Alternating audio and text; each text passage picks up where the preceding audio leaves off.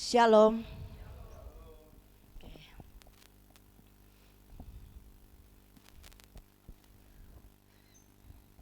Iya, puji Tuhan kita ketemu lagi di tempat ini. Kalau kita masih boleh bisa bernafas sampai hari ini, itu anugerah yang luar biasa yang Tuhan kasih buat kita semua. Amin.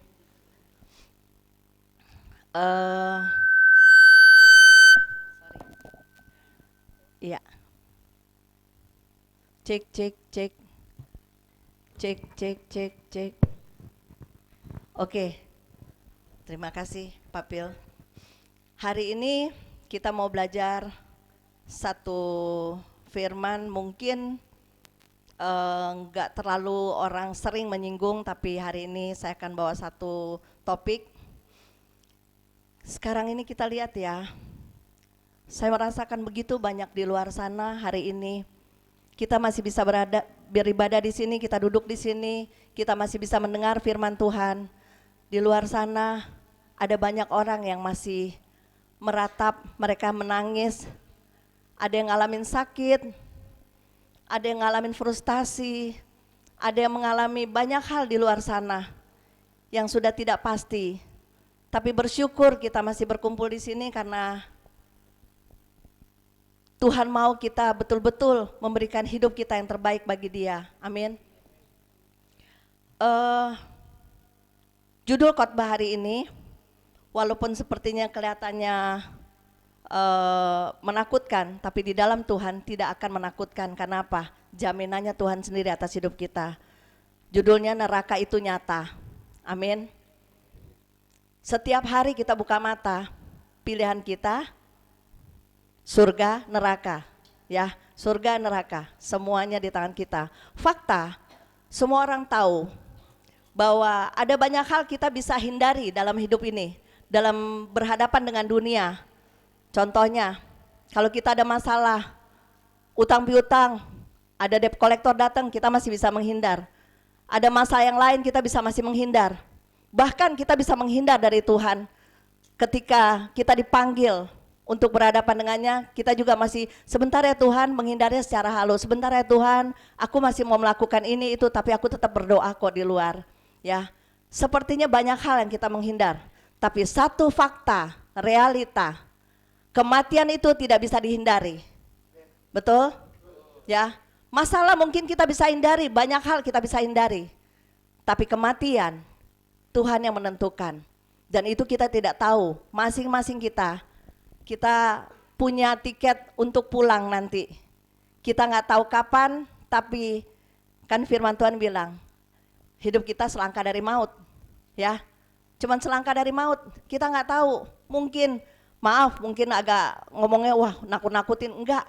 Bisa aja kita keluar dari gereja ini, kita ngalamin sesuatu. Tadi sempat kita sharing sama Pak Philip, sama Yuni, Tante Ida ya di mobil. Kita biasa selalu berkumpul nih sama teman-teman di sini. Tapi kami ini sering pemerhati. Kalau satu dua orang pas kebetulan di bangku yang biasa didudukin nggak ada, rasanya ada satu kehilangan. Benar nggak sih? Ada rasa kehilangan kita. Dan kita aja di sini walaupun kita secara daging kita nggak satu kandung atau gimana, tapi kita satu keluarga besar di dalam Tuhan.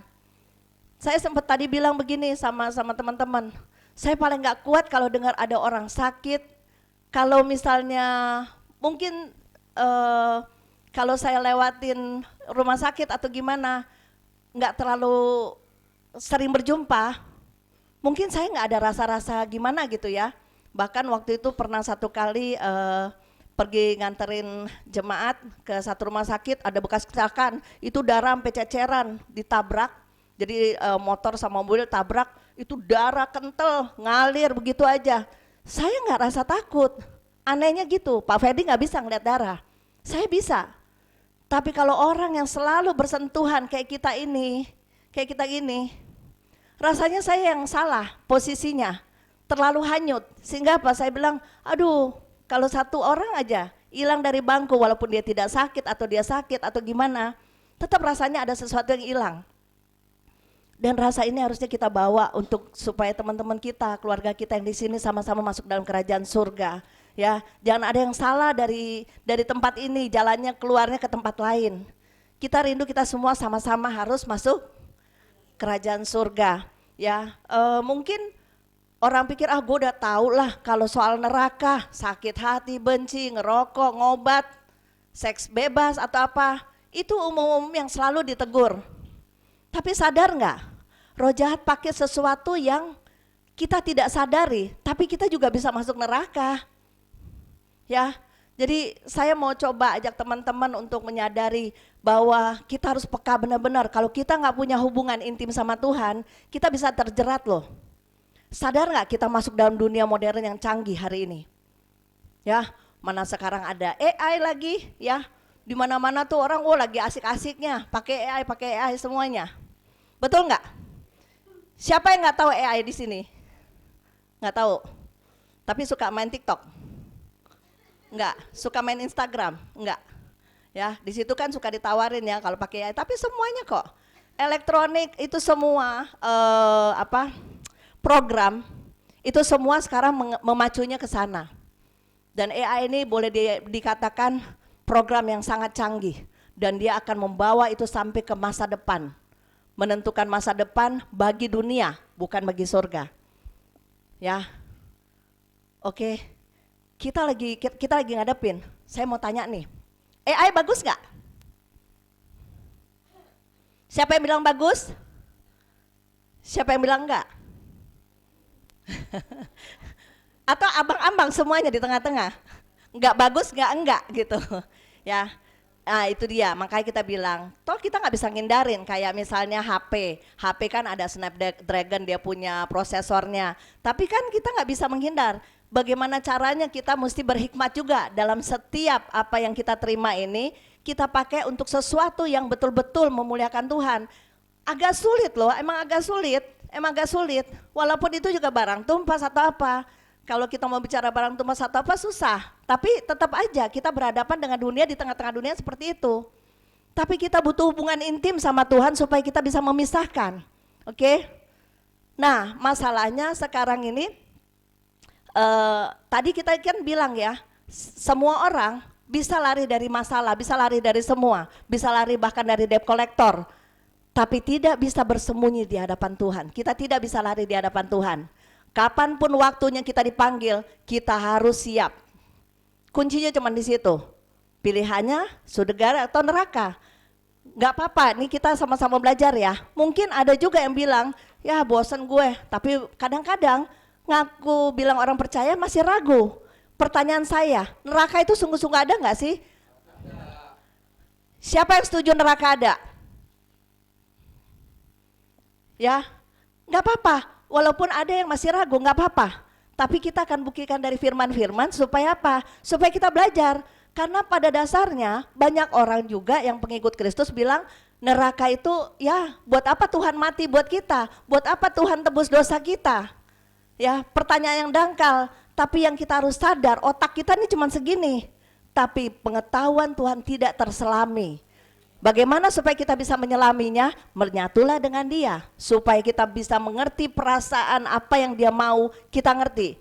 Tapi kalau kita nggak punya hubungan, kita nggak intim, tidak mungkin kita mengerti. Apalagi kita masuk di zaman modern ini. Oke. Jadi ketika seorang yang telah meninggal sudah tidak memiliki kehendak lagi, di balik kubur dan didapati hanya hidup kekal atau mati kekal. Di mana seseorang sudah tidak punya kehendak seperti yang di bumi, betul nggak? Kalau udah masuk neraka ya udah, dia nggak bisa bikin apa-apa. Dia tetap disiksa, dia tetap ngalamin hal yang apa yang dia tabur ya dia tuai. Begitu juga di surga, kita juga nggak punya kehendak. Karena apa? Semuanya adalah kehendak Tuhan. Nah sekarang kita bilang kita mau ke surga, betul nggak kita lakukan kehendak Tuhan? Nggak mungkin kita mau ke surga tapi kita tidak melakukan kehendak Tuhan terus ngeyel kita mau ke surga. Oke, tadi tentatif ya, ada yang percaya, ada yang tidak angkat tangan, tidak masalah juga. Bukan berarti kita menghakimi, lu nggak tahu, tapi wajar, kita harus juga peka terhadap itu. Benar nggak sih? Tapi kalau kita sanding dengan firman, kita juga jangan sampai tidak menerima firman ini. Neraka itu ada. Coba kita lihat deh. Contohnya di Matius 25 ayat 41.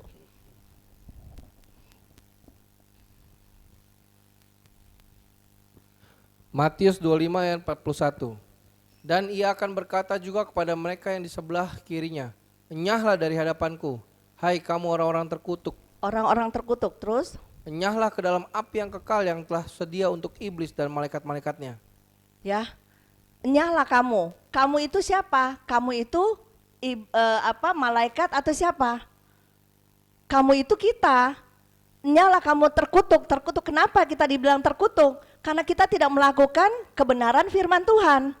Ini tandanya iblis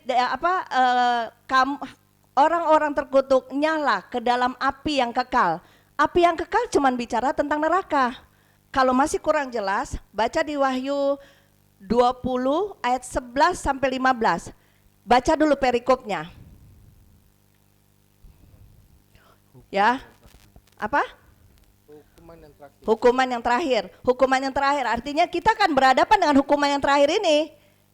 Kalau sampai kita masih hidup tapi waktunya Tuhan kedatangan yang kali kedua, kita akan menghadapi ini. Tapi orang yang belum masuk ke sini tapi dia sudah dipanggil Tuhan lebih dulu, tetap berhadapan yang sama. Coba dibaca deh, Wahyu 20 ayat 11 sampai 15. Pelan-pelan ya, supaya kita nekenin dulu bahwa neraka ada. Bukan kata saya tapi kata firman. Coba dibaca pelan-pelan. Wahyu 20 ayat 11. Lalu aku melihat suatu tahta putih yang besar dan dia yang duduk di atasnya. Dari hadapannya lenyaplah bumi dan langit dan tidak ditemukan lagi tempatnya. Ini waktu bumi dihancurkan ya. Ini bahwa dia duduk di tahtanya, berarti dia pemilik surga. Tidak ada yang lain, cuman Tuhan yang duduk di tahta itu dan dia pemilik surga. Makanya kita konotasinya harus larinya ke Tuhan, bukan lari ke yang lain. Terus Wahyu 20 ayat 12. Dan aku melihat orang-orang mati, besar dan kecil. Besar dan kecil berarti anak-anak juga ada ya, karena ini kan ukuran besar dan kecil. Terus berdiri di depan tahta itu. Berdiri di depan tahta itu terus. Lalu dibuka semua kitab. Terus? Dan dibuka juga sebuah kitab lain, yaitu kitab kehidupan. Ya. Dan orang-orang mati dihakimi menurut perbuatan mereka. Lihat, orang-orang mati dihukum melalui perbuatan masing-masing. Ya, kita semua di sini masing-masing kita akan menghadapi itu. Dan ini nggak main-main, ini Tuhan tekankan di sini. Terus lanjut. Berdasarkan apa yang ada tertulis di dalam kitab-kitab itu. Berarti berdasarkan apa yang tertulis di sini. Ada kebohongan nggak di sini? Kita orang mengaku kita orang percaya loh. Dan ini tidak ada kebohongan. Ini kata-kata Tuhan sendiri. Ya, sampai Alkitab ini tercipta. Ini untuk kita. Dia ingin mengingatkan kita bahwa neraka ada. Lihat, besar kecil. Kenapa anak-anak bisa tersesat? Kan anak-anak nggak ngerti dosa. Yang harus kita sadari, anak-anak itu pemberian dari Tuhan. Ketika kita menikah, pengen punya anak, kita minta. Dan Tuhan kasih benihnya itu dari sorga. Ya, itu milik Tuhan juga loh. Makanya Tuhan bilang kan itu milik Tuhan. Kita ini cuma dititip. Walaupun ibu-ibu melahirkan kita semua. Nggak mungkin saya bilang bapak-bapak, ibu-ibu ya yang melahirkan kita semua. Kalau bapak rada-rada aneh. Ya. Tapi tetap bukan milik kita, milik Tuhan. Apa yang dipercayakan dan tanggung jawab kita adalah membawa anak-anak masuk dalam kerajaan sorga. Makanya di situ dibacain juga. Bukan berarti anak kecil nggak ngerti. Kalau di surga itu diterjemahkan dan anak kecil juga ngerti. Ya, makanya ada kesaksian waktu orang dibawa ke neraka, anak kecil berantem sama mamanya. Dia kutuk-kutukin mamanya, berantem terus. Kenapa? Orang tuanya dia bilang, kenapa nggak diajarin aku tentang kebenaran? Kenapa nggak ngajarin aku tentang Yesus? Kenapa Tuhan sampai izinkan orang itu dibawa ke neraka untuk kasih kelihat bahwa ini terjadi di neraka, anak kecil yang protes sama orang tuanya. Jadi ingat ya, apa yang kalian tabur, kalian akan tuai. Tabur benihnya jelek, anak-anaknya juga bisa jelek. Oke, lanjut firmannya. Wahyu 20 ayat 13. Maka laut menyerahkan orang-orang mati yang ada di dalamnya, dan maut dan kerajaan maut menyerahkan orang-orang mati yang ada di dalamnya. Dan mereka dihakimi menurut masing-masing menurut perbuatannya. Tabur tuai, ingat ya, ini kata firman loh, suka-suka aja. Kita berharap di sini loh semuanya supaya kita masuk dalam kerajaan sorga. Kita nggak punya free will yang menurut kita, oh kita dikasih kebebasan, berarti Tuhan kasih kita berkarya. Betul, tapi utama kita taruh Tuhan di atas segala-galanya, didasari kepentingan kita. Jangan sampai Tuhan di bawah kita punya kesibukan, tapi Tuhanlah yang utama di dalam hidup kita. Amin. Karena nyesel loh. Tapi kayak kemarin ada salah satu penginjil yang luar biasa ya, mungkin sebagian teman-teman tahu ya, yang ditembak. Itu dia nggak peduli, karena apa? Dia cuma pikir satu, pasti dia kalau ditembak itu dia masuk surga. Karena hidup mati dia buat Tuhan, padahal umurnya baru 31 tahun. Seorang penginjil yang luar biasa. Ya, dan saya mungkin kalau saya boleh tarik kesimpulan, ya, segitunya Donald Trump sampai merasa itu luar biasa setengah tiang di satu negara besar untuk satu orang yang meninggal ini. Kenapa? Karena mungkin dia merasakan dampak luar biasa pertobatan keluarganya, sehingga anak muda ini ketika dia meninggal luar biasa. Di dunia aja dia dihormati luar biasa seperti itu. Apalagi Bapa di sorga, dia frontal. Ya, kalau kita mau jadi pasukan yang kuat, ya kita mesti frontal. Frontalnya bukan berarti kita main nggak lihat situasi bablas, lu mesti bertobat gini, tapi kita hidup tetap jadi sandungan, nggak juga beres. Ya, frontalnya seperti apa? Kebenaran harus dinyatakan, diaungkan, digemakan terus suara kebenaran itu. Dimanapun kita diletakkan.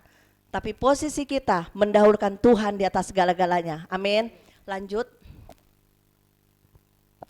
Wahyu 20 ayat 14. Lalu maut dan kerajaan maut itu dilemparkanlah ke dalam lautan api. Itulah kematian yang kedua, lautan api. Kematian yang kedua. Kenapa disebut kematian yang kedua? Kematian pertamanya di mana? Nah, ini dia yang kita banyak nggak sadar.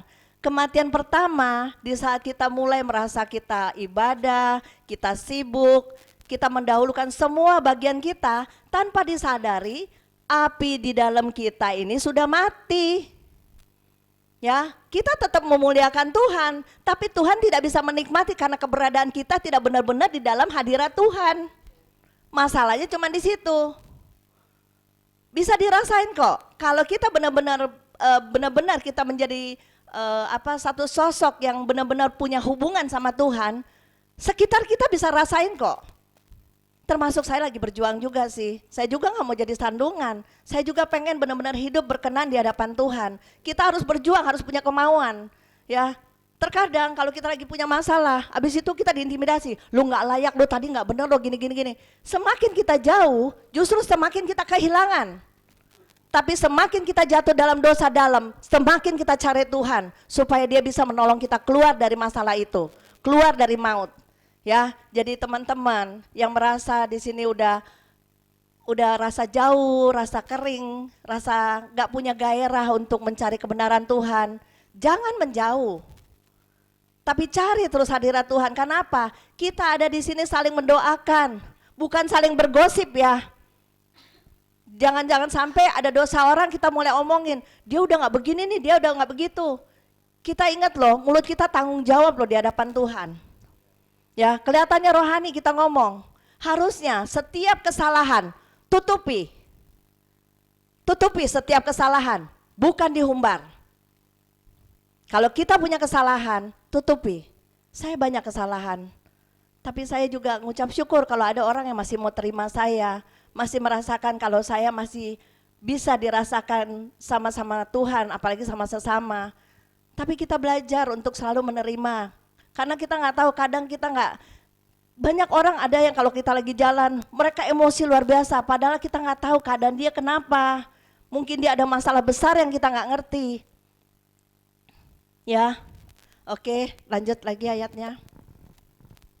Wahyu 20 ayat 15. Dan setiap orang yang tidak ditemukan namanya tertulis di dalam kitab kehidupan itu, ia dilemparkan ke dalam lautan api itu. Pastikan nama kita tercatat, saudara-saudara. Jangan sampai kita menikmati kegiatan kita tanpa bisa dinikmatin sama Tuhan. Lebih baik kita dinikmatin sama Tuhan, sekalian kita juga tetap jadi berkat bagi dunia. Jangan sampai kita mendulukan dunia, tapi tidak menaruh Tuhan prioritas utama dalam hidup kita. Amin. Ya, ini pembelajaran buat kita. Saya pun juga begitu. Terkadang saya kayak kemarin kan Pak Ferdi bilang, care khotbah, care khotbah. Saya rasa seperti kayak gimana ya, aduh gue nggak layak, gue nggak bisa gini. Sampai saya bilang gini, Fer, lu kalau ngomong jangan depan jemaat dong. Gue kan terintimidasi. Ini kesombongan saya. Kenapa? Inilah kekurangan saya. Tapi setiap kali saya merasa bersalah, saya bilang Tuhan saya mau. Sampai kemarin masih coba nakal-nakal juga sih bilang, Di kamu yang khotbah nanti ya, bagus loh kamu punya khotbah itu kalau sambungannya udah mulai cari bahasa, terus ada yang mendukung lagi. Tapi ada juga di mobil waktu kita pulang ada yang nggak mendukung, enggak bugem. Saya bilang, aduh, saya bilang Pak Fedi punya khotbah itu sambungannya bagus gitu. Mau cari ke seri kedua, seri ketiga, jadi supaya saya tersingkir terus. Tapi salah, ya. Inilah kejahatan yang tanpa disadari saya menghindar yang harusnya saya hadapi, bukan saya lari. Tapi terima kasih buat teman-teman yang doain saya, puji Tuhan. Saya bisa berbagi firman di depan hari ini, ya. Tapi bukan cuma sekedar saya nyampein firman. Gantian yang doain saya, berubahlah karena kita bicara neraka itu nyata. Ya, jangan sampai kita lagi happy-happy, neraka itu jalan sama kita loh. Sadar gak sih? Kenapa nanti saya kaitkan dengan dunia modern ya? Ini halus sekali, roh jahat halus, karena dia gak pakai yang takut-takut, yang serem, yang gimana, enggak. Halus sekali, tapi menjerat kita dalamnya luar biasa. Yang terakhir, jadi kira-kira udah paham belum neraka ada enggak? Buat yang masih bertanya-tanya, ini sudah saya jawab ya di firman. Tambah lagi di 2 Tesalonika 1 ayat 8 sampai 9. Pelan-pelan dibaca. 2 Tesalonika 1 ayat 8. Dan mengadakan pembalasan terhadap mereka yang tidak mau mengenal Allah dan tidak mentaati Injil Yesus Tuhan kita. Tidak mentaati Injil Yesus, ya.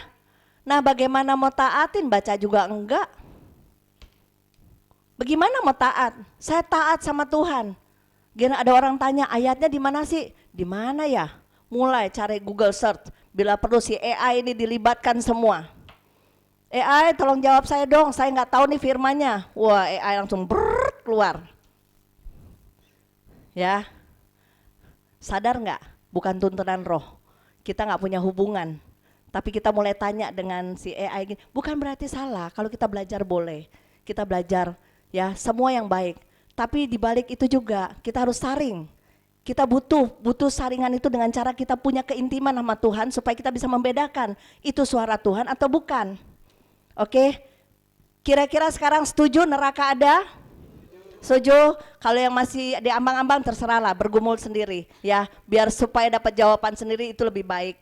Supaya nanti Tuhan jamah, supaya Tuhan berbicara langsung. Amin. Sekarang kita diperhadapkan dengan kecanggihan teknologi di dunia modern. Ya, saya tanya nih. Tadi kan semuanya udah kenal tuh kan, saya balik lagi ke AI. AI apa sih artinya? Hah? AI singkatannya apa? Artificial Intelligence atau kecerdasan buatan yang diciptakan manusia. Ya, bayangin, kecerdasan yang diciptakan manusia. Siapa yang dulu kepengen menciptakan manusia juga? Roh jahat, kita sudah gambaran Allah. Kan roh jahat selalu pengen kan Tuhan bisa bikin gini, dia bikin. Dia bisa lempar ular, dia keluarin ular juga. Semuanya dia bisa bikin yang sama, tapi dia tidak punya perasaannya Allah. Bedanya cuma di situ. Hati-hati, ini menuju ke sana loh. Ya, saya akan kaitkan nanti sama robot-robot. Kita udah tahu kok, kita nggak buta. Ya, nanti sampai ada satu pernyataan robot kemarin saya nonton sama Ferdi. Robot bilang begini, satu hari robot akan menciptakan robot. Dan siapa yang tidak bisa mengikut kemauannya robot itu dibinasakan. Berarti kalau kita nanti diatur dengan robot, kita nggak bisa ngikutin kemauan dia, kita dibinasakan. Lawan deh. Yang ciptain siapa? Roh jahat. Ya, kepandaian yang tidak digiring dengan kuasa Tuhan itu akan menghancurkan. Lihat orang-orang pintar. Orang-orang pintar luar biasa. Bikin nuklir untuk apa? Hah? Buat matiin manusia kan? Suka-suka mereka kan? Tapi memang betul itu harus terjadi. Tapi kita yang ditaruh di dunia ini, Tuhan terus pimpin kita, jangan sampai kita bermasalah sama hal-hal yang kayak begini. Kita bisa hadapin dan jadi pemenang. Karena kita hidup di dunia loh, ada nuklir, ada perang, ada semua. Dan gak gampang loh, mencekam loh. Kalau kita lihat di kisah-kisah nyata, saat orang berperang, perempuan-perempuan diperkosa. Berapa laki karena mereka cuma lampiasin nafsu doang. Kasihan. Dan itu sangat mencekam, anak-anak kecil ditembak. Ya, zamannya waktu itu Yahudi yang mau dibunuh semuanya. Itu kalau kita nonton benar-benar itu fakta loh. Gimana kalau kita lagi taruh di posisi kita di perang itu tuh. Sekarang ini kita merasa nyaman, tapi kita lagi perang dengan teknologi sekarang ini yang akan mencuci otak kita semua. Sadar nggak? Ini kita lagi taruh nuklir di dalam otak kita. Supaya apa? Dia siap ledakin dengan cara apa? Dia mencuci otak kita sampai kita bergantung sama semua yang modern itu, dan kita sudah tidak perlu lagi bergantung sama Tuhan. Ya, kenapa saya bilang begini? AI itu salah satu ciptaan dari kuasa kegelapan. Kalau sampai pembuatnya aja, pembuat programnya itu, tadi salah satu program AI singkatan dari Artificial Intelligence atau kecerdasan buatan yang diciptakan manusia.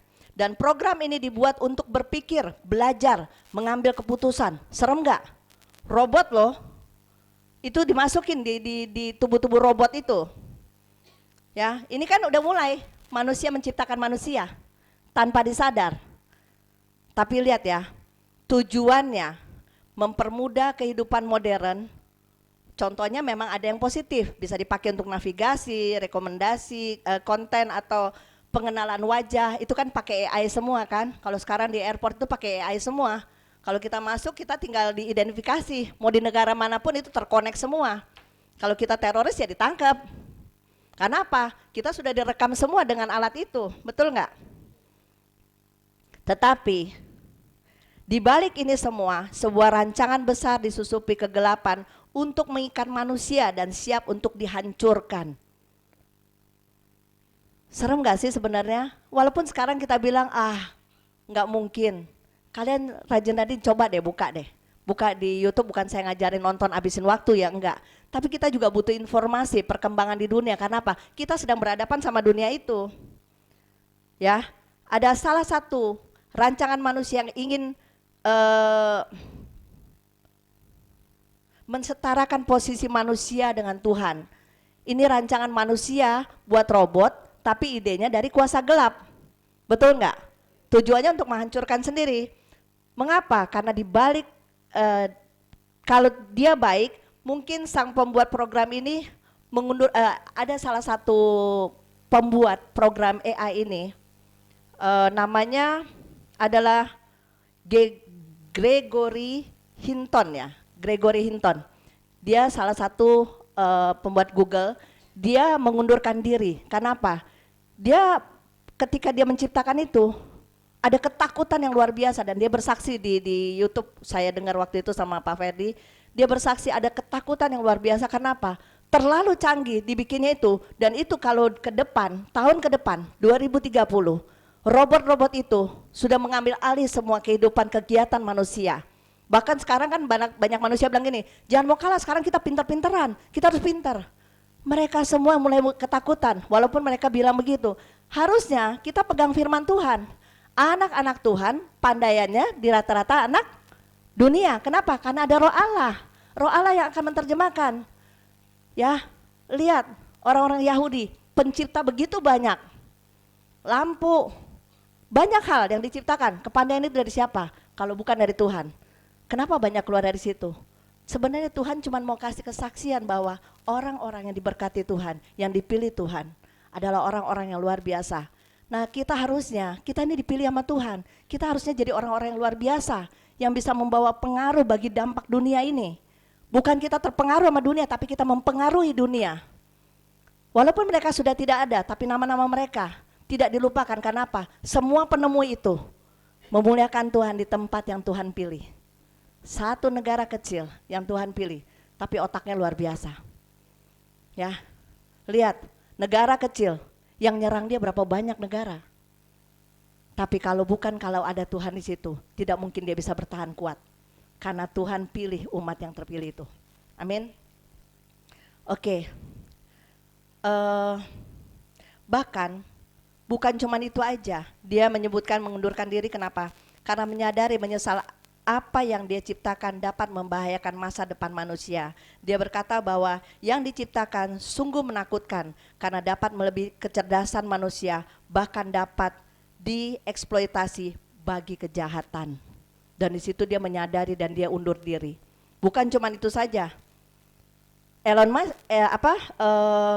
Musk dia juga kan sempat masuk di situ juga kan, terlibat. Tapi dia ngundurin diri juga. Tahu nggak dia bilang? Itu di pernyataan dia waktu di YouTube diwawancara. Dia bilang AI itu berbahaya seperti nuklir. Artinya dia tahu ketika kita sudah terlibat, kita sudah ini kan mereka lagi realisasi ini semua nih dengan cara masuk di handphone. Nah, anak-anak muda sekarang pakai AI dengan senang-senang. Kalian sadar nggak? Data-data kalian itu waktu masuk terlibat itu tercatat dan mulai dirangkum sama dia. Sampai dia menguasain kita semua, baru dia pencet tombol, kita dikendaliin. Makanya kalau kita punya kepekaan dari Tuhan, tidak mungkin kita gampang terikat masuk dalam teknologi-teknologi yang ditawarkan. Kita harus benar-benar saring yang dari Tuhan. Ya. Bahkan maaf, di AI juga mulai ngajarin anak-anak atau orang tua atau siapa, wah jodoh gue yang kayak begini, dipasang lah. Ini cowok gue kayak begini, cewek gue kayak begini. Sadar nggak kalian? Firman Tuhan bilang Tuhan yang memilih pasangan hidup kita, yang dari Tuhan. Kita mulai merancang, kita mulai ikut program dunia, kita mulai ikut program kuasa kegelapan atau AI. Sadar nggak? Ya, bahkan saya kemarin kasih lihat Pak Ferdi, lihat Fer, ini pemain gulat terkenal, kawinnya sama robot, diberkati, benar. Buka aja deh sendiri deh, kalau nanti di rumah buka deh, search sendiri, kawin sama robot. Bahkan ada bapak tua, dia merasa istrinya sudah tidak cantik, dia mulai beli sesuai dengan perempuan yang dia mau. Ini mulai dinikmatin sama dunia, ini mulai ditawarin sama roh jahat. Halus ya, tapi kerjanya kayak begitu, ngerusak. Bahkan kemarin ada satu anak muda, dia bilang gini, lihat nih, kalau ngancurin rumah tangga gampang.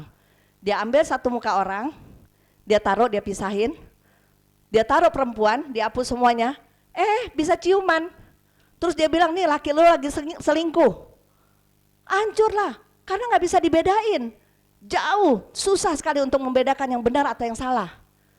Kalau kita nggak benar-benar di dalam Tuhan, waspada loh. Kita terjumus dengan semua dunia teknologi yang sekarang ditawarkan bagi kita. Ya, bahkan saya kasih satu contoh lagi. Ada satu anak muda, dia nggak bisa curhat sama orang tuanya, dia nggak bisa cerita sama keluarganya. Mulailah dia berkomunikasi sama si AI ini nih, jadi teman curhat. Sampai dia benar-benar terpikat banget, terpikat sampai dia rasanya nggak bisa lepas, seperti kayak orang pacaran. Sampai akhirnya, tapi kan tetap nggak bisa dibohongin karena roh Allah nggak ada di dalam situ kan, nggak ada di dalam dia. Tetap dia nggak dapat satu kepuasan. Akhirnya dia tanya gini sama AI, jadi saya harus bikin apa? Tahu nggak AI jawab yang terakhir? Habisi dirimu, bunuh diri kata lainnya. Ya, teman-teman, berkomunikasilah sama Tuhan ketika ada masalah. Jangan sama alat-alat canggih yang ditawarkan sama kuasa kegelapan. Kalau sampai pembuatnya aja undur diri, berarti dia tahu program itu luar biasa bisa jahat. Dan itu sudah dibilang, sampai robot itu bilang, kalau sampai nanti robot bikin robot, semua yang menentang robot akan dibinasakan. Berarti kita perangnya lawan robot loh. Ya, segitu canggihnya. Tapi jangan kita diperbudak sama semua yang ditawarkan sama dunia, kecanggihan-kecanggihan. Buat teman-teman semua, jangan sampai kita mulai, wah ada kan banyak kan yang TikTok, yang toto dia lagi, cantik banget, toto dia lupa rubah wajah dia, dari ratingnya tinggi sampai ngejatuh, ternyata muka asli, kaget orang yang lihatnya. Ya, itu kerjaan siapa? Kenapa? Dia udah terinspirasi, gue pengen cantik buat semua. Sebenarnya kita semua ini cantik dan ganteng di hadapan Tuhan. Tapi kitanya yang nggak puas, karena apa? Karena wah kita punya standar, dia mesti wah pokoknya bahenol, dia mesti begini begitu, sehingga kelihatannya menarik. Ya, perhatiin nggak?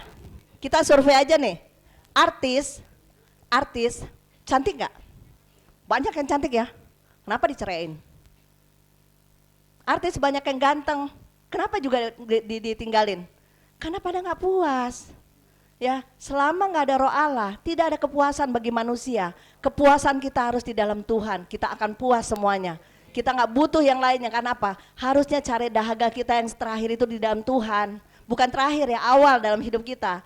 Dahaga kita harusnya kita puaskan dengan Tuhan. Ya, buat teman-teman, kita harus persiapkan hidup kita, anak-anak, orang tua, bijaklah dengan anak-anak. Ada yang sempat saya kirim di grup permainan anak-anak juga kan, ya lihat ya. Terkadang juga ada saya lihat kok bisa bunga ini kawin sama batangnya ini, nanti dia punya gini, terus mereka mulai ajar untuk asimilasi dengan jenis-jenis yang lain, ya maksudnya ini dengan yang lain membaur. Tapi kan nggak sadar, ini kan anak-anak kecil udah diajarin kawin mengawin, kawin punya anak segala macam. Tanpa disadar kita kasih anak-anak biar diam, kasihin HP, udah. Tapi sadar nggak? Sadar nggak? Kita sedang kasih bom waktu buat anak-anak. Ini yang dibilang nuklir, ya. Coba orang-orang tua perhatiin sekarang anak-anak mainan anak-anak sekarang itu banyak sekali kok kesaksiannya, ya. Sampai saya kaget, saya lihat anak kecil masih di balita loh, balita, mungkin umurnya 2 tahun, tangannya gini mau tidur. Saya bilang serem banget ya. Sampai bawa ke dokter dia nggak bisa, pas dimasukin di HP tangannya truk baru dia bisa jalan. Bagaimana itu roh yang di dalam HP itu sudah merasuk anak ini masuk sampai anak ini rusak. Ada yang sampai matanya merah, ada anak sampai bebanting, dia berantem sama orang tuanya, dia banting bangku semua karena disuruh belajar sebentaran supaya nanti boleh main lagi. Tapi anak ini udah kerasuk. Hati-hati, ini semua program kuasa gelap. Kita masuk di zaman modern, roh jahat masuknya begitu, bukan yang serem-serem lagi. Ya, buat teman-teman, saya bukan menyinggung teman-teman ya. Kayak saya sempat tadi pagi nggak sengaja lihat status Rizka ya kemarin ya sama Yesus. Tapi nanti kita idam-idamnya kita merasa kita udah rohani Yesus, tapi Yesus yang sesungguhnya itu tidak terlihat tapi bisa dirasakan. Lebih baik gitu, bukan saya patahin ya Rizka, nggak salah juga, cuma itu kerinduan kamu mencintai Yesus, ingin dipeluk. Tapi AI halus dia tahu. Dan satu sebelum saya lanjutin, ya, satu lagi yang sebelum saya lanjutin, ada satu hamba Tuhan, kalian pasti tahu namanya, kalian pasti tahu, dia bukan hamba yang ini tapi hamba yang kalian suka masukin juga di grup kita, terkadang quote-quote-nya memberkati juga, ya. Dia bilang begini, sampai satu titik dia bilang gini sama suaminya, coba deh Pak, bikin lagu pakai AI, dia bilang lagu rohani. Terus suaminya bilang AI, bikin lagu rohani, bikinin dong lirik lagu rohaninya. Dibikin sama AI, tolong dong AI, aransemennya juga. Dan dia bilang saya surprise luar biasa sama suami saya, bahwa dia bikinnya sempurna, maksudnya kata-kata penyembahan buat Tuhan. Terus liriknya, pertanyaannya ada rohnya nggak di situ? Orang yang dikasih lirik lagu pasti itu inspirasinya dari Tuhan sendiri. Tapi AI bisa menciplak, tapi nggak ada kuasanya, nggak ada apinya di sana.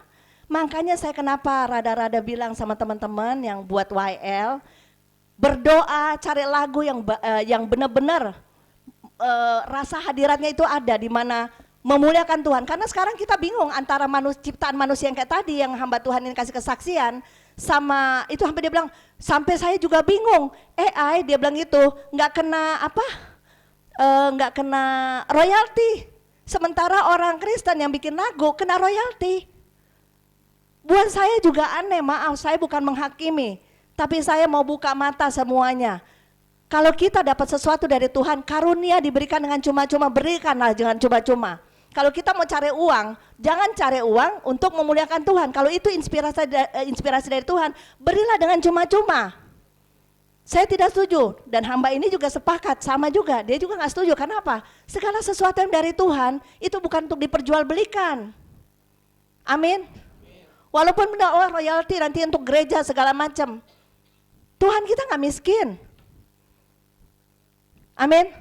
Ya, kita semua di sini punya talenta, makanya puji Tuhan kita lagi diasah sama Tuhan untuk masuk ke satu kepekaan di sana supaya apa? Kita bisa membedakan mana lagu dari Tuhan, mana yang bukan dari Tuhan. Karena apa? Saya pernah kasih masukan juga ya, yang ada anak perempuan seorang YL dari luar negeri itu yang dibawa sama Tuhan, ada lagu atau tapi saya nggak ngerti, tapi mungkin kalian semua ngerti, tapi mungkin banyak di luar sana mereka juga yang kita nggak sadar, mereka punya alunan yang maksudnya kata-kata yang bagus, tapi sebenarnya itu makanya dia di situ dibilang kan bumbunya pakai nama Yesus aja, kayaknya itu udah lagu rohani. Dan kita harus punya kepekaan di situ. Gimana kalau itu orang itu juga inspirasinya dari AI?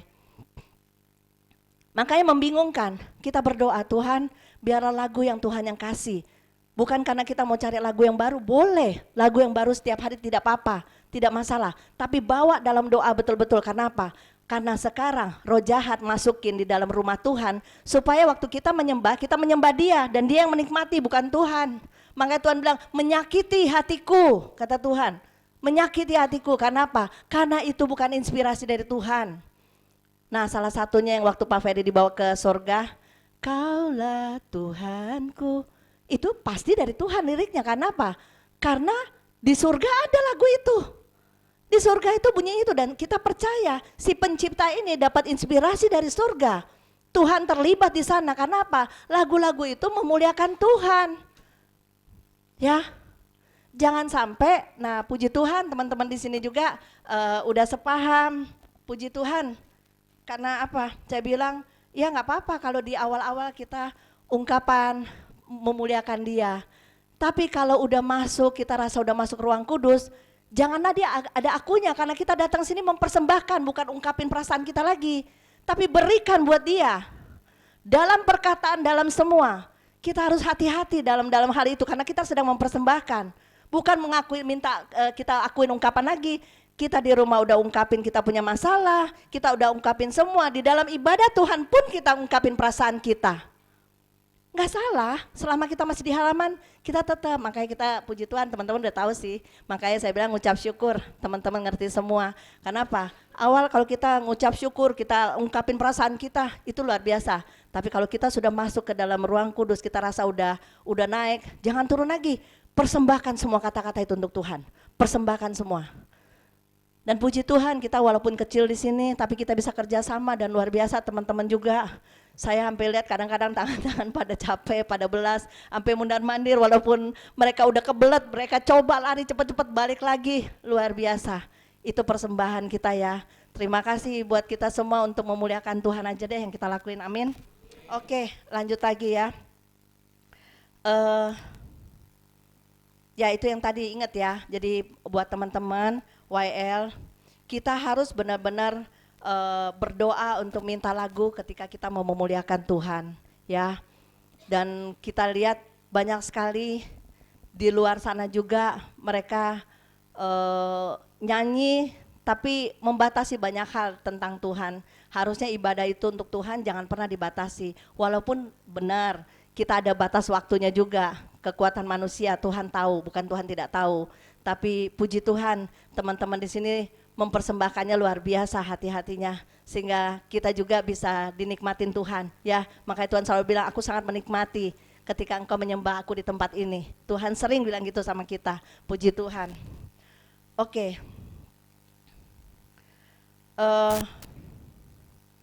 Pertanyaannya, apa yang menjadi dampak AI dikaitkan dengan kehidupan orang-orang percaya? Sebenarnya tadi awal saya udah kasih contoh. Nah ini yang saya bilang sebenarnya tanpa kita sadar kita terikat dan kita bisa masuk neraka. Ini alus semuanya, cara kerja roh jahat itu alus. Yang kita nggak sadarin semua ada di tangan kita. Tapi bagaimana kita mempergunakan semua itu untuk memuliakan Tuhan. Nggak mudah. Kenapa? Tiap kali kalau kita bikin, ya saya setuju waktu kemarin Rita bilang Alkitab.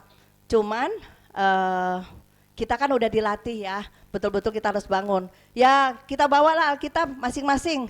Kalau nggak sempat ya baca situ, tapi kita punya kemauan bawa. Supaya apa? Supaya nggak distorsi. Ya ketika kita lagi mau baca firman, teman gue panggil nih, ada chat WA, masuk.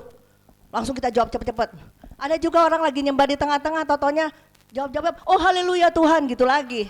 Saya bilang itu melecehkan Tuhan namanya. Di tengah ibadah kita masih bisa begitu, nggak bisa.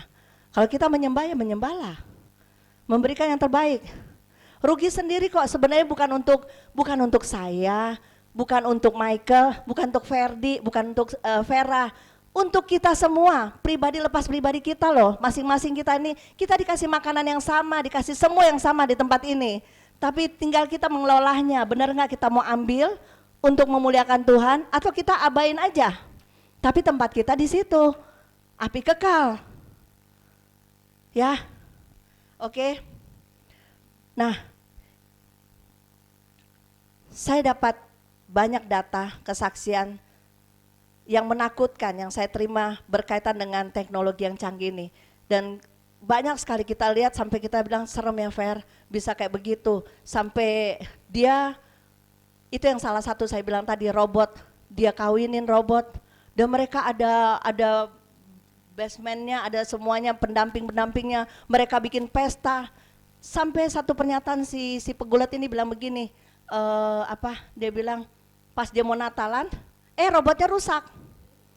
Iya betul, robotnya rusak. Dia begitu sedih karena dia mau Natalan sama keluarganya, sama istrinya katanya. Ini istri saya sedang sakit, dia bawa untuk reparasi robotnya itu. Terus dia berdoa supaya robotnya itu bisa sehat lagi, supaya bisa. Kan ini udah makin aneh. Benda mati dia kawinin, mainin sakramen sembarangan. Sadar gak ini teknologi ini merusak semuanya, baik dalam pernikahan, baik dalam semuanya. Coba deh kalian lihat deh apa yang aku ngomong ini kalian lihat sendiri. Dan itu sangat menakutkan dan di dunia itu ada dan fakta itu nyata semuanya. Ya, jadi kita harus benar-benar punya hubungan sama Tuhan supaya kita bisa menyaring semua yang bukan dari Tuhan, supaya kita tidak tersesat. Karena suka nggak suka kita akan berhadapan dan nanti Tuhan suruh kasih begini, aduh gue mesti ke kanan atau ke kiri ya, aduh gue mesti kemana ya. Ketika kita berhadapan sama dunia, karena apa? Semuanya kelihatannya sama jalannya, tapi perbedaannya bisa dirasakan ketika Tuhan bilang, jangan ke sana nak, belok ke sini, jangan ke sini, belok ke sini. Tuhan sedang memandu kita, tapi kalau kita nggak bangun hubungan intim, parah kita, kejerumus. Kita akan ditarik sama dunia sampai mati kekal. Amin. Oke, ini nuklir yang ditanam dalam diri manusia melalui roh jahat dalam bentuk teknologi canggih supaya manusia bergantung pada keberadaannya. Hati-hati, jangan sampai kita akhirnya, kalau gue mau tanya ini, Tuhan gak bisa jawab, dia bisa jawab. Tapi lihat ya pemusnahnya, lihat yang perempuan itu terikat. Terakhirnya, saya mesti apa? Habisi dirimu, artinya bundir, bunuh diri aja lo, ya. Banyak ada anak-anak muda saya lihat mereka iseng sama robot, mereka kasih tanya jawab tapi mereka bikin live. Banyak sekali kejebak ketika dia udah nanya begini, dia sok tahu, kayaknya dia tahu. Makanya kita bilang kecerdasan manusia jangan disetarain sama yang program yang sudah diisi. Tapi roh jahat bisa isi semua, sampai perasaan, sampai ada satu robot tahu nggak? Namanya siapa? Sofia ya. Ada robot satu yang namanya Sofia kan, sampai dia bilang dia kepingin sekali jadi manusia, tapi dia nggak punya perasaannya Tuhan, nggak punya kayak kita punya perasaan. Begitu menakutkan kah? Sampai dia pingin jadi manusia. Dan lihat pembantu sekarang udah nggak ada. Banyak kesaksian, dia bersihin rumah, dia beresin semua, sampai suami bilang daripada bini gue tidur bangun males, ini rumah bersih masih robot. Lama-lama dia tertarik sama robotnya, dia usir istrinya, dia kawinin robotnya. Ini udah pada otak sungsang semua. Bener nggak? Udah mulai dicuci otaknya, kenapa? Udah bisa bikin semua kok. Ya, mobil-mobil yang canggih sekarang itu udah pakai robot semua. Waktu kemarin kita lihat Tesla segala macam, terus BYD ya, yang mobil-mobil sekarang listrik, itu semua udah robot semua yang turun. Manusia katanya kan mereka bilang jangan takut keadaan AI, kenapa? Kita kok yang ngendalin, kita bilang bodoh kalau dia pikir begitu, kenapa? Karena roh jahat juga bisa bilang begitu, dia pikir dia canggih padahal dia lagi dikendalin sama roh jahat juga, namanya robot juga. Bahaya loh teman-teman, hati-hati ya, hati-hati. Kalian punya anak-anak kecil, jaga rawat mereka, jangan sampai mereka terjebak. Ingat, jangan sampai ketika udah bermasalah baru cari hamba Tuhan. Tolong kalian juga hamba Tuhan, kalian harus bertanggung jawab atas anak-anak kita. Anak-anak muda, jangan ngomong anak kecil juga, orang-orang muda, orang-orang yang sudah tua, yang udah dewasa. Ya, oke. Waspada anak-anak Tuhan, Roh jahat mau mengalihkan pandangan kita pada nuklir yang berbahaya yang ingin ditanam di otak manusia supaya terjadi kerusakan rohani dan moral manusia. Itu akan hilang ketika mulai kita terikat dengan program-program yang diciptakan oleh kuasa gelap. Kita sedang diprogram sama dia, padahal Tuhan punya program buat kita loh. Betul nggak? Tuhan punya program buat kita ya. Udah sering khotbah di sini kan. Tujuannya untuk kita memberitakan Injil dan kita harus membawa keselamatan. Keselamatan. Tapi roh jahat punya program, lu lakuin pekerjaan gue yang kayak gini ya, gue kasih yang enak-enak, lu mau apa? Lu mau rumah, lu mau mobil. Bahkan kemarin kita lihat mobil kayak amfibi, bisa masuk dalam air yang dalam, nggak pakai kerendam. Ini kan kita nggak buta. Satu hari saya bilang sama Ferdi, lihat deh, satu hari mobil terbang loh, kita nggak tahu, nggak usah naik pesawat lagi. Benar, kita boleh ketawa hari ini, itu fakta. Di Cina nganter makanan itu udah pakai drone. Udah pakai drone, udah nggak pakai butuh tenaga manusia, dan itu baru di kota-kota tertentu. Hampir orang ini yang dia bawa konten ini, dia bilang saya lagi mau pesan ini, dia pesan, benar dari restoran pakai drone, antar persis ke tempatnya dia. Jangan main-main ya saudaraku, itu semua kita lagi dibiasain, dienakin. Jangan sampai istri-istri, suami-suami mulai kita bilang, Pak cari robot aja untuk bersihin rumah. Ya, saya pernah dikasih itu yang buat bersih-bersihin ngepel rapu rumah, nggak saya pakai karena apa? Toh juga dia nggak sepintar kita, banyak kotoran juga yang terlewat kok. Jangan kita biasain, tapi biasain yang Tuhan latih. Kita harus bekerja keras, benar-benar kita melakukan sesuatu yang Tuhan ciptakan seperti apa adanya. Jangan sampai kita terpengaruh sama dunia. Ya, kita masuk di kakaknya suami kakak saya, pas dia datang kita diajak ke kamarnya. Dia udah program, dia tepok, apa dia sebut namanya siapa gitu namanya, terus tolong matiin AC dong, tet, tolong hidupin TV dong, tet, nyalain. Saya bilang ini barang murah loh beli di online, tapi dia bisa perintahin. Sampai saya bilang tuh Kandi, ini hal-hal kecil tapi bisa, orang jadi malas. Padahal apa bedanya kita ngomong sama kita pencet, lebih enakan pencet kan, gak usah keluarin suara kan, kita ngomong kayaknya gaya gitu. Mati, sampai kita bercandain, akhirnya kita bilang, bisa kasih uang nggak? Kita gitu. Terus robotnya bilang gitu ya, saya mau istirahat. Kita bilang, kalau tanya duit langsung mau istirahat. Bener loh, dia bilang saya mau istirahat. Sampai saya bilang, ini robotnya ngakal-ngakal. Ada di online, itu bisa dibeli murah harganya. Tapi saya nggak akan mau beli. Kenapa? Kita mulai dilatih untuk malas dalam segala hal. Hati-hati ya saudara, yang senang online, yang senang belanja-belanja, hati-hati ya. Oke, kita lanjut. Sekarang kita masuk ke dalam pokok permasalahan. Kita harus sadar, roh jahat datang untuk membunuh dan membinasakan orang-orang percaya. Ya, walaupun ayat ini sering didengar, tapi tidak apa-apa. Ulang-ulang dengar sampai kita benar-benar tertancap firman ini. Yohanes 10 ayat 10.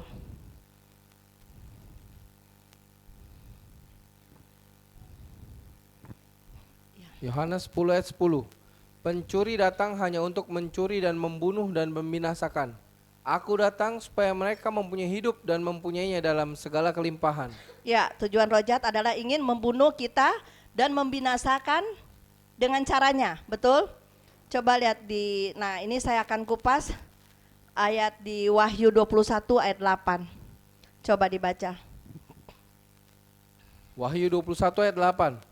Tetapi orang-orang penakut, orang-orang yang tidak percaya, orang-orang keji, orang-orang pembunuh, orang-orang sundal, tukang-tukang sihir, penyembah-penyembah berhala dan semua pendusta, mereka akan mendapat bagian mereka di dalam lautan yang menyala-nyala oleh api dan belerang.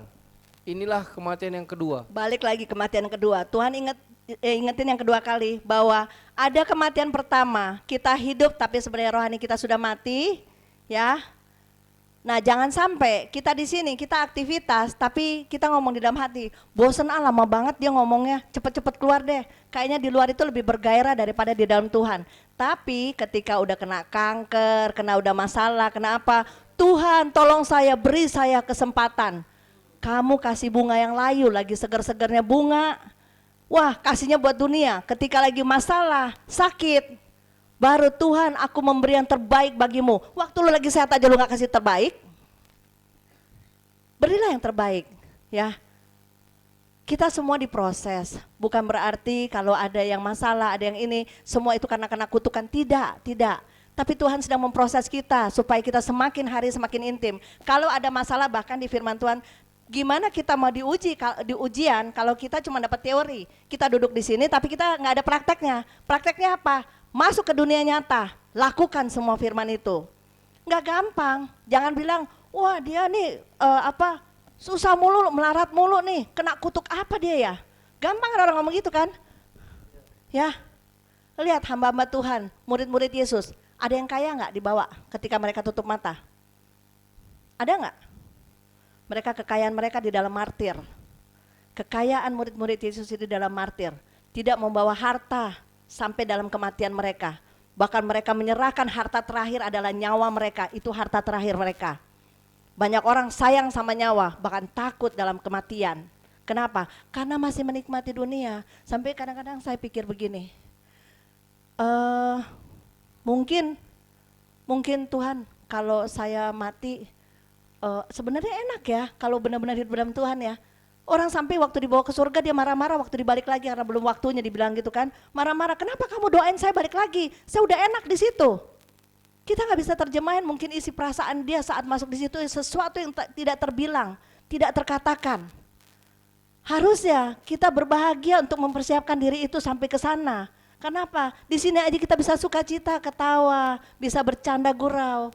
Kita nggak mau kehilangan satu dengan yang lain. Makanya saya bilang kalau ada bangku-bangku yang biasa saya lihat ada orang kosong, sedih rasanya. Kenapa? Rasa ada kehilangan sesuatu karena kita udah terbiasa, udah seperti keluarga. Ya, bukan berarti kita kalau kita ngomong berarti karena kita comel atau apa, bukan. Karena kita mau sama-sama nyampe ke tempat yang tepat. Amin.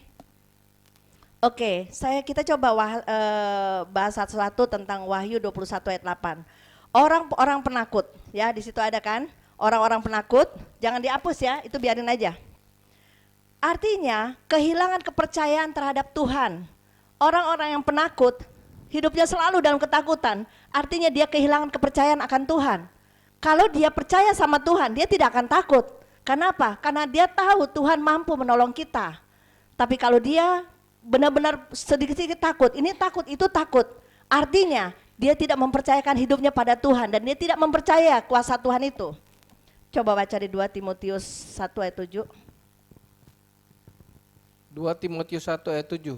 Sebab Allah memberikan kepada kita bukan roh ketakutan, melainkan roh yang membangkitkan kekuatan, kasih, dan ketertiban. Nah, lihat ya, luar biasa kan Tuhan? Tuhan gak kasih kita roh ketakutan. Kenapa masih banyak orang takut menghadapi masalah? Walaupun betul, awalnya kita mungkin dari kita ada bikin kesalahan.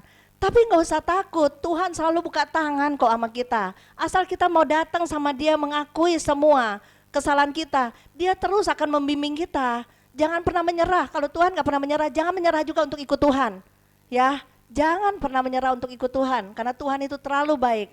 Dia udah sampai udah gak ada darahnya lagi, lambungnya dicolok aja udah gak ada darah lagi, cuma tinggal keluar air. Begitu luar biasanya kasih Dia buat kita. Jangan lupa itu karya Dia di kayu salib. Jangan pernah lupa. Kita harus itu jadi rema betul-betul supaya kita menyadari kita ini gak ada apa-apanya loh. Tapi kita mau melakukan sesuatu, amin.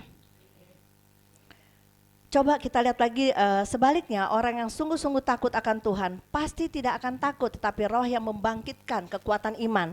Ya, harusnya orang yang ketika diintimidasi dalam ketakutan, bangkitin diri kita, enggak, aku percaya Tuhan pasti menolong aku. Aku percaya, perkatakan yang positif membangkitkan iman kita.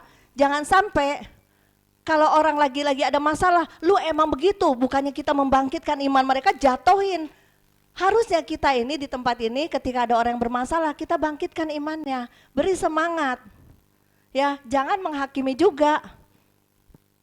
Tapi yang saya ngomong ini tolong disikapi, bukan saya menghakimi, tapi saya mau bagi kebenaran. Ya, biar kalian sendiri yang menganalis, saya udah sampai sejauh mana ya, tapi kita semua lagi belajar kok. Nggak ada yang sempurna di sini. Kalau mau bilang sempurna kita udah nggak ada di dunia.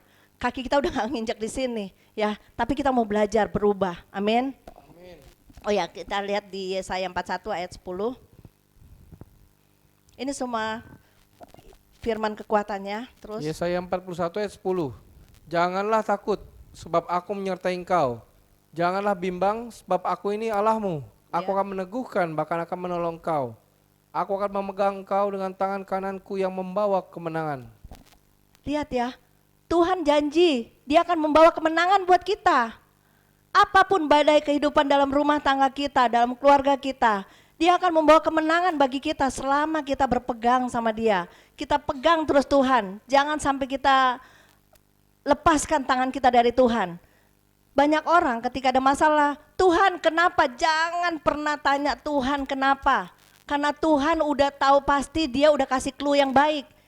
Kalau tanya kenapa gue begini, kita yang koreksi, bukan Tuhan yang harus kita koreksi. Tuhan tidak pernah salah teman-teman. Ya, jadi kalau lagi ada masalah, kenapa Tuhan? Jangan pernah, karena Tuhan tidak pernah mencelakai kita. Kita udah lihat satu, cuman karyanya di kayu salib. Ya, bahwa dia tidak akan mencelakai kita. Itu pembayaran yang paling mahal yang tidak bisa dibayar sama manusia. Banyak orang bilang gini, wah kalau Tuhan mati gue juga mesti bunuh diri demi untuk pasangan gue. Itu mati konyol. Ya, ada kan orang cinta, wah mati gue ngorbanin nyawa gue untuk dia. Dia yang jadi Tuhan. Hati-hati ya, orang-orang yang lagi jatuh cinta, jangan sampai kita juga tidak bisa menyaring semua dalam pergaulan, dalam perasaan yang kita ungkapkan. Ya, biar Tuhan yang beracara. Bangun hubungan sama Tuhan aja, pasti Tuhan kasih yang terbaik. Amin. Oke. Ya, contohnya misalnya orang takut cenderung mengandalkan manusia atau mengandalkan kekuatan sendiri. Hasilnya mengecewakan dan berujung pada kebinasaan. Banyak kan orang kayak gitu ya. Udah nggak percaya Tuhan, kena masalah, terus dibikin sama roh jahat sengsara, matinya masuk neraka lagi. Aduh, nggak enak banget deh. Semuanya serba gak enak, kenapa? Karena pada dasarnya dia menjauh dari Tuhan. Tuhan mau dapetin kita, dia yang menjauh dari Tuhan. Contoh kasus, rumah mau disita, orang ketakutan. Ya, padahal sebenarnya Tuhan bisa menyelesaikan asal kita benar-benar duduk diam di kaki dia. Saya ngalamin kok sama Pak Ferdi, gak mudah loh. Kami full time, kalian udah tahu semua. Full time kalau ditanya ada yang menjadi donatur bagi kami dalam pelayanan, tidak ada, tapi gerakan roh yang membawa kami bisa kuat berdiri sampai hari ini. Ya, kami cuma punya tenaga, kami punya kehidupan, kami serahkan total sama Tuhan. Kalau mau dibilang dulu kita lebih enak secara daging ya, secara daging saya bukan bilang enaknya bahwa kita menikmati, tapi kita sekolah sarjana kok, kita pernah ngalamin kerja yang baik. Kita ada uang, tapi ketika Tuhan bilang tinggali pekerjaanmu, layani aku full time, keluarga bilang kita gila. Karena mereka merasa mereka sudah membawa kita, mendidik kita, bahkan sampai sarjana, bahkan sampai kerja. Ya, tapi orang lupa, programnya Tuhan bukan program orang tua, program Tuhan bukan program kita.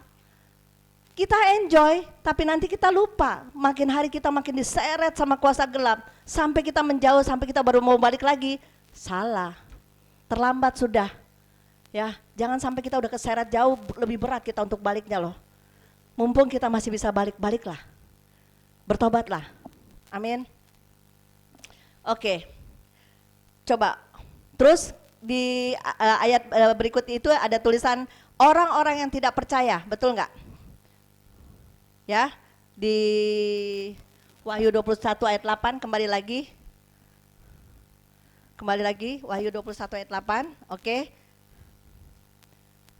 Nah, di situ ada dibilang orang-orang yang tidak percaya. Coba lihat di 2 Korintus 4 ayat 4.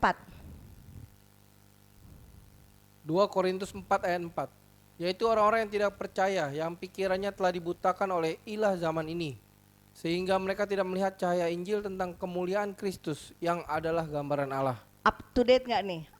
Up to date nggak ayat ini? Ilah zaman ini, berarti ayat ini berlaku sampai zaman kita sekarang. Bukan dibilang, oh itu zaman masa lalu. Tuhan lebih tahu. Ini berlaku untuk kita sampai hari ini. Orang-orang yang tidak percaya, yang pikirannya telah dibutakan oleh ilah zaman ini, sehingga mereka tidak melihat cahaya Injil tentang kemuliaan Kristus yang adalah gambaran Allah. Nah, ini yang saya bilang tadi, AI, gambaran Allah. Robot mau bikin kayak gambaran Allah, kuasa gelap nggak bisa bikin sempurna. Tuhan kita sangat sempurna. Kita dikasih lengkap semuanya dengan perasaan, roh, jiwa, tubuh. Roh jahat cuman bisa masukin rohnya yang jahat untuk menghancurkan, karena dia roh jahat ya pasti dia menghancurkan. Ya. Tapi roh Allah, dia akan tuntun kita supaya kita tidak tersesat. Nah, ini kita lagi tarik menarik loh di dunia. Tarik menarik, dia masuk dengan program-program, dia masuk dengan semua alat-alat modern itu semua. Ya. Kalau kita lagi keluar negeri, kita lihat, foto gua ada di situ. Kan online semuanya. Apakah ini enggak canggih kalau kita lihat dulu? Ya. Makanya kita bilang berhati-hatilah dalam mempergunakan semua yang ada di dunia ini.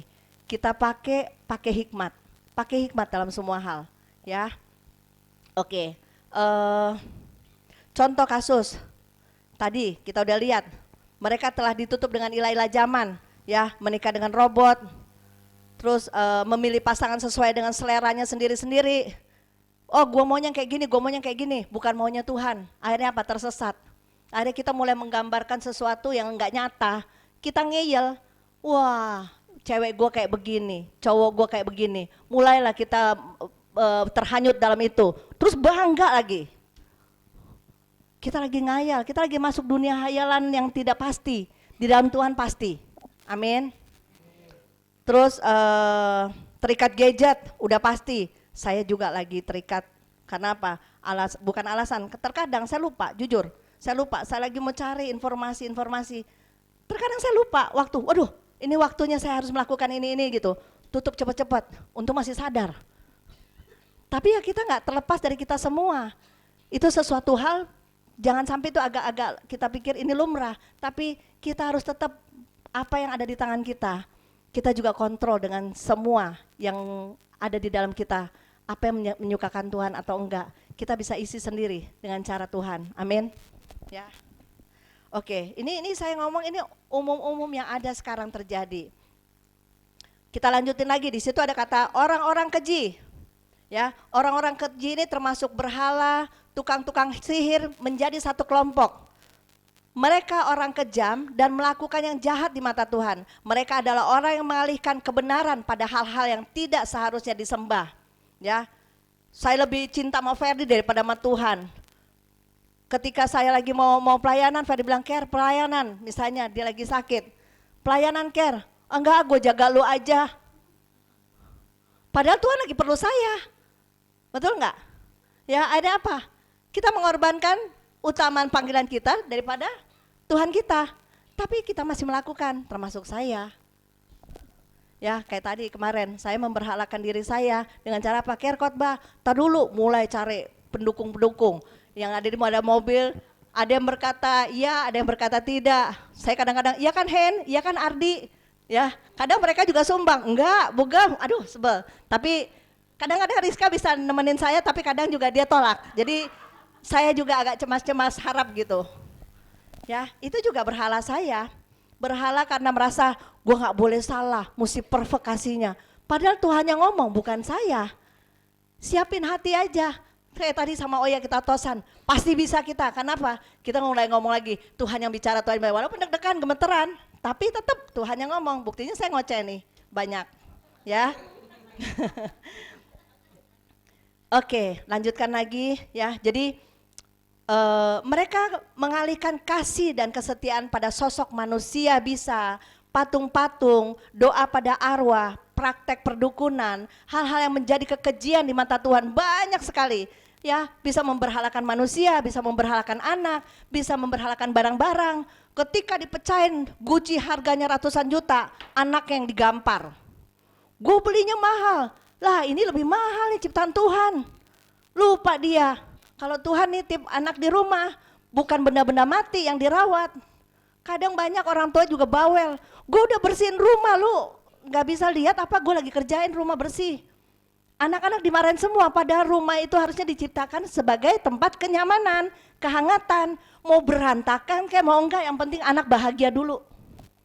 Betul enggak? Jangan sampai masuk rumah, anak bilang war again, go. Wah, dia bilang perang terus.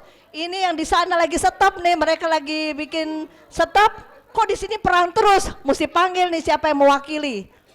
Ya, mungkin panggil Presiden Prabowo nyelesain. Oh. Saking udah nggak bisa disetopin, perang mulu. Ya, terkadang orang tua sadar nggak, anak-anak juga bisa dipakai untuk menegur orang tua. Ya, walaupun kecil, tapi mereka bisa dipakai loh. Kenapa? Ada roh Allah juga di dalam mereka. Kalian yang doain mereka ketika roh Allah lagi berbicara, kalian bilang, anak kecil lo tau apa? Kita seolah-olah kita lebih tahu dari anak kecil, tapi kita lupa. Kepandaian rata-rata di atas orang dunia, di mana ada roh Allah di dalam sana yang bisa menegur kita, menerjemahkan atas hidup kita. Anak kecil bisa dipakai. Orang tua juga jangan semena-mena, ya. Merasa udah tua, anak nggak berhak untuk ngomong, salah total. Amin. Lanjutin, orang-orang sundal. Merujuk pada kehidupan seks bebas atau perempuan pemikat yang membawa kehancuran kehidupan seseorang. Ini bukan berlaku hanya bagi kaum wanita saja, tetapi juga bagi kaum pria penggoda. Emang cuma cewek yang bisa goda cowok? Kadang kan cowok, wah dengan jambul yang dilipat ke atas, minyak wangi yang banyak, walaupun kagak mandi, minyak wangi banyak. Rizka terpikat, wih cakep tuh cowok. Pasang jadi PP gue. Ya, bukan cewek aja, tapi cowok juga bisa jadi pemikat. Ada loh ayatnya, coba kita buka di Amsal 5 ayat 20. Jadi jangan pernah salahin perempuan selalu jadi pemikat ya, cowok juga bisa. Dibaca deh. Amsal 5 ayat 20. Hai anakku, mengapa engkau berahi akan perempuan jalang dan menekap dada perempuan asing? Lihat, ini kan bukan perempuan kan yang ngomong. Maksudnya Tuhan ingetin kan? Ya, nggak mungkin dah seorang perempuan, ya mungkin juga sih zaman sekarang emang ada dari dulu juga ya. Tapi kebanyakan kan ini salah satunya, bahwa laki-laki juga dipakai sama roh jahat. Melepaskan hasratnya, nafsunya. Ingat ya, ini orang-orang sundal, ini orang-orang yang merusak citra Allah yang di dalam kita. Di mana satu hubungan yang berkaitan dengan hubungan intim itu sangat sakral. Sangat sakral, makanya ada pernikahan yang sakral ya, karena apa? Surga terlibat. Buat anak-anak muda, jangan melakukan hubungan sebelum engkau sudah masuk dalam pernikahan. Ya, kau rugi sendiri, engkau rugi sendiri. Jangan merusak bait Roh Kudus Allah di dalam kita, apalagi menjual Tuhan kita. Jangan pernah, kita nyesal sendiri loh. Ya, buat orang tua, benar-benar didik anak-anak, kasih tahu mereka dan pantau juga setiap apa yang mereka pegang, mereka main, supaya apa? Jangan sampai mereka lebih roh jahat masukin sesuatu yang lebih dewasa yang tanpa kita sadar. Makanya kan kayak gini nih, orang misalnya lagi dilecehin, kalau kita boleh masuk dalam pelayanan, 35% mungkin kita lihat banyak pria yang disodomi. Tapi mereka tidak berani menceritakan sampai di hari waktu kita masuk dalam pelayanan, sampai hari tua mereka sudah punya anak, mereka nggak berani cerita. Itu rahasia mereka. Ini saya ngomong cuman mewakili cara kerja kuasa gelap. Lihat ya, mereka masih kecil, anak-anak masih kecil loh. Benar-benar mereka masih yang kayak TK yang masih belum ngerti. Tapi roh itu dewasa. Nah, ketika anak ini diwarisin roh najis, ada orang dewasa yang punya roh najis juga. Nah, di anak ini roh najisnya panggil, lecehin gue dong. Mulai nih anak disodomi. Nah, ketika dia ngalamin gitu, kadang roh jahat bisa berulang-ulang. Sampai orang itu sering banget dilecehin seperti itu. Sampai akhirnya dewasa, dia mensodomi orang lain lagi. Ya, artinya saya cuma mau bilang, roh itu dewasa. Jangan sampai anak-anak kita dirusak loh sama roh jahat. Jaga. Pembantu, banyak ya kesaksiannya. Pembantu lagi jaga, anak-anak kecil itu dilecehin. Gedenya kita nggak tahu karena terlalu banyak kita mempercayakan kepada pembantu. Tapi sebenarnya kita nggak sadar, kita lagi kasih anak ini kepada roh jahat untuk dirusak. Banyak anak-anak perempuan juga kita dalam konseling, dalam pelayanan, anak-anak perempuan yang masih kecil dilecehkan sama tetangga, orang tuanya nggak tahu. Bahkan anaknya diancam, jangan sampai kasih tahu kalau dia dilecehkan. Tapi dia bawa luka yang mendalam sampai dewasa. Akhirnya dia merusak dirinya dia sendiri. Nah, makanya kita jangan gampang menghakimi pelacur-pelacur. Itu mereka juga banyak yang dari hasil lecehan. Akhirnya mereka bilang, gue udah kotor, gue gak layak. Sekalian aja gue rusakin. Itu yang disenengin sama roh jahat.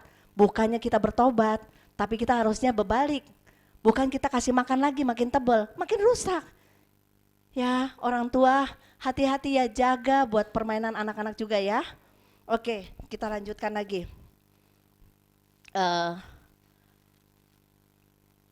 Orang-orang pembunuh bisa diartikan melakukan tindakan pembunuhan itu misalnya kita bunuh orang atau apa. Tapi salah satunya itu bisa masuk juga dari kebencian. Orang yang dikatakan seorang pembunuh itu bisa masuk di kebencian. Coba kita lihat di 1 Yohanes 3 ayat 15. 1 Yohanes 3 ayat 15. Setiap orang yang membenci saudaranya adalah seorang pembunuh manusia. Dan kamu tahu bahwa tidak ada seorang pembunuh yang tetap memiliki hidup yang kekal di dalam dirinya. Lihat ya, kalau benci seseorang disebut orang pembunuh, tidak akan masuk dalam kerajaan, berarti masuk dalam neraka. Neraka itu nyata loh, ini dibilang, benci aja masuk neraka. Banyak orang tidak sadar ketika emosi meledak-ledak, marah, geram, sebenarnya hatinya telah disulut oleh api yang berasal dari neraka. Ya, coba kita lihat di Yakobus 3 ayat 6. Ntar lagi kita selesai ya. Yakobus 3 ayat 6. Lidah pun adalah api. Ya. Ia merupakan suatu dunia kejahatan dan mengambil tempat di antara anggota-anggota tubuh kita sebagai sesuatu yang dapat menodai seluruh tubuh dan menyalakan roda kehidupan kita. Sedang ia sendiri dinyalakan oleh api neraka. Nah, benar nggak? Kalau orang marah berarti disulut sama apa nih? Api dari neraka kan? Dia nggak bisa kendalin diri. Kalau saya tanya sama orang, pernah kesurupan nggak? Oh nggak pernah sama sekali. Marah aja udah kesurupan. Kadang-kadang, kok tadi gue marahnya begitu ya? Kita aja nggak sadar kita marah. Aduh, gue kok emang, padahal kita udah kesurupan itu. Sadar nggak? Tapi kita nggak mau bilang kita kesurupan. Kita semua termasuk saya lah. Pernah kesurupan, marah, yang nggak terkendali. Ternyata penyulutnya dari api neraka. Nah, neraka sebenarnya udah ada di kita. Hati-hati, lepasin neraka dari hidup kita. Ini udah masuk loh. Jadi hal kecil aja. Anak-anak, orang tua perhatinya di rumah masing-masing. Kalau ada yang marah, bilangin hati-hati loh, mulut tuh sulut dari neraka. Ya, kita saling mengingatkan, bukan kita ini, tapi kita saling mengingatkan, bukan menghakimi. Di Wahyu 21 ayat 8 juga terakhir ada kata pendusta, betul nggak? Ya, kata pendusta dalam Alkitab menunjuk pada kasih yang palsu. Dengan mulut berkata mengasihi Tuhan, tetapi dengan hal yang bersamaan masih menyimpan kebencian terhadap sesama. Kita sedang berdusta sebenarnya pada Tuhan, betul nggak? Kita bilang iya I love you Lord, tapi kita benci sesama, kita lagi berdusta. 1 Yohanes 4 ayat 20 sampai 21, tapi 20 dulu. 1 Yohanes 4 ayat 20. Jikalau seorang berkata aku mengasihi Allah dan ia membenci saudaranya, maka ia adalah pendusta. Nah, pendusta betul nggak? Benci aja kita bilang berdusta. Kita bilang I love you Lord. Tapi di sini kita lagi banyak kepahitan nih. Kira-kira I love you Lord-nya nyampe nggak ke Tuhan? Enggak. Kita lagi dusta sama Tuhan. Lanjut.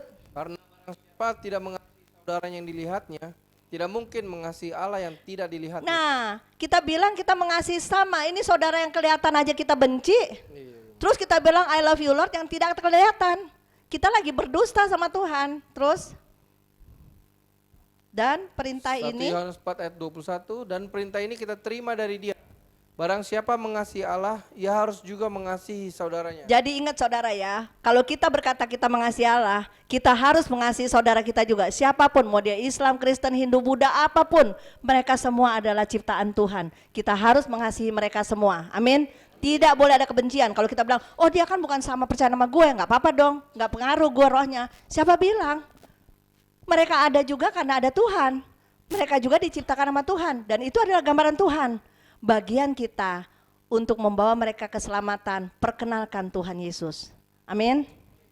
Oke. Semua yang kita lihat di Wahyu 21 ayat 8 akan membawa kita pada kematian yang kekal oleh api dan belerang. Ini yang matian kedua kali. Jadi ingat saudara-saudara, semua yang tadi disampaikan, semua itu menuju kepada maut. Jadi jangan sampai kita main-main lagi. Orang yang terus hidup dalam dosa tanpa mau bertobat itu adalah tanda rohnya sudah mati. Dan berlanjut kematian kali kedua oleh api dan belerang. Ini kematian yang kedua, neraka. Ayat penutup, supaya kita pegang betul-betul ayat penutup ini. Matius 10 ayat 28. Matius 10 ayat 28. Dan janganlah kamu takut kepada mereka yang dapat membunuh tubuh, tetapi yang tidak berkuasa membunuh jiwa. Takutlah terutama kepada Dia yang berkuasa membinasakan baik jiwa maupun tubuh di dalam neraka. Lihat ya, takutlah Dia yang dapat membinasakan baik jiwa maupun tubuh di dalam neraka. Yang terakhir saya minta jangan balap-balapan, baca benar-benar sama-sama. Jangan balap-balapan ya. 3, 2, 1.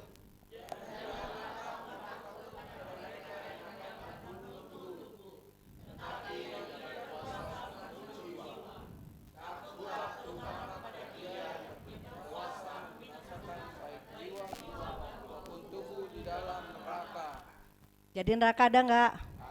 Neraka itu real ya. Jadi saudara-saudaraku, kita nggak mau nyasar ke sana.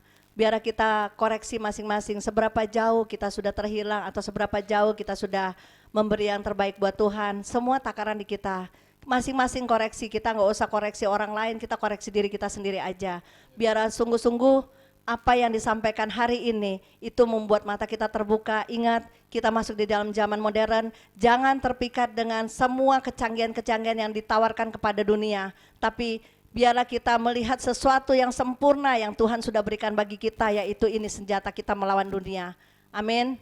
Ini senjata kita. Jangan sampai kita kena tipu daya kuasa kegelapan, akhirnya kita terpikat sama dunia. Mulai fokus, semuanya yang real-real aja, wajar-wajar aja yang kita lakukan ya, supaya kita tidak terjebak. Amin. Oke, Tuhan berkati, kita masuk dalam doa. Tuhan Yesus, terima kasih Tuhan, hamba telah menyampaikan kebenaran firman-Mu Tuhan. Hamba percaya Engkau yang berkata-kata Tuhan. Ubah kami semua termasuk hamba Tuhan, agar kami boleh merespon apa yang telah ditabur pada hari ini Tuhan.